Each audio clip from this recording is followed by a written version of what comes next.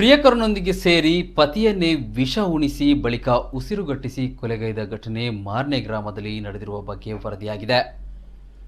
ಪ್ರಕರಣಕ್ಕೆ ಸಂಬಂಧಿಸಿ ಆರೋಪಿ ಪತ್ನಿ ಹಾಗೂ ಪ್ರಿಯಕರನನ್ನ ಪೊಲೀಸರು ಬಂಧಿಸಿದ್ದಾರೆ. ಕೊಲೆಗೀಡಾದವರನ್ನ ಬಾಲಕೃಷ್ಣ ಎಂದು ಗುರುತಿಸಲಾಗಿದೆ. ಇವರ ಪತ್ನಿ ಪ್ರತಿಮಾ ಹಾಗೂ ಆಕೆಯ ಪ್ರಿಯಕರ ಹಿರ್ಗಾನದ ದಿಲೀಪ್ ಬಂಧಿತ ಆರೋಪಿಗಳು.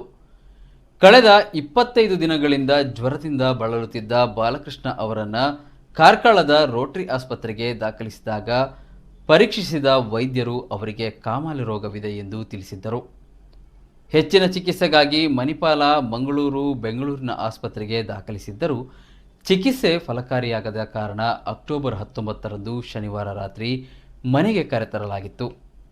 ಮರುದಿನ ಅಕ್ಟೋಬರ್ 20ರಂದು ಬೆಳಗಿನ ಜಾವ 3:30 ಹೊತ್ತಿಗೆ ಬಾಲಕೃಷ್ಣ ಅವರು ಮೃತಪಟ್ಟಿದ್ದಾರೆ.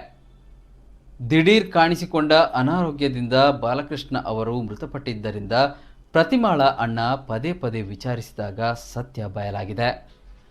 ಪ್ರತಿಮಾ ಮತ್ತು ದಿಲೀಪ್ ತಮ್ಮ ಗೆಳೆತನಕ್ಕೆ ಅಡ್ಡ ಬರುತ್ತಿದ್ದ ಬಾಲಕೃಷ್ಣ ಅವರನ್ನು ಕೊಲೆ ಮಾಡಲು ಯೋಚಿಸಿದ್ದರು. ಯೋಜನೆಯಂತೆ ದಿಲೀಪನು ಯಾವುದೋ ವಿಷ ಪದಾರ್ಥ ತಂದು ಅದನ್ನು ಊಟದಲ್ಲಿ ಬೆರೆಸಿಕೊಟ್ಟರೆ ನಿಧಾನವಾಗಿ ಸಾಯುತ್ತಾರೆ ಎಂದು ಹೇಳಿಕೊಟ್ಟಿದ್ದ.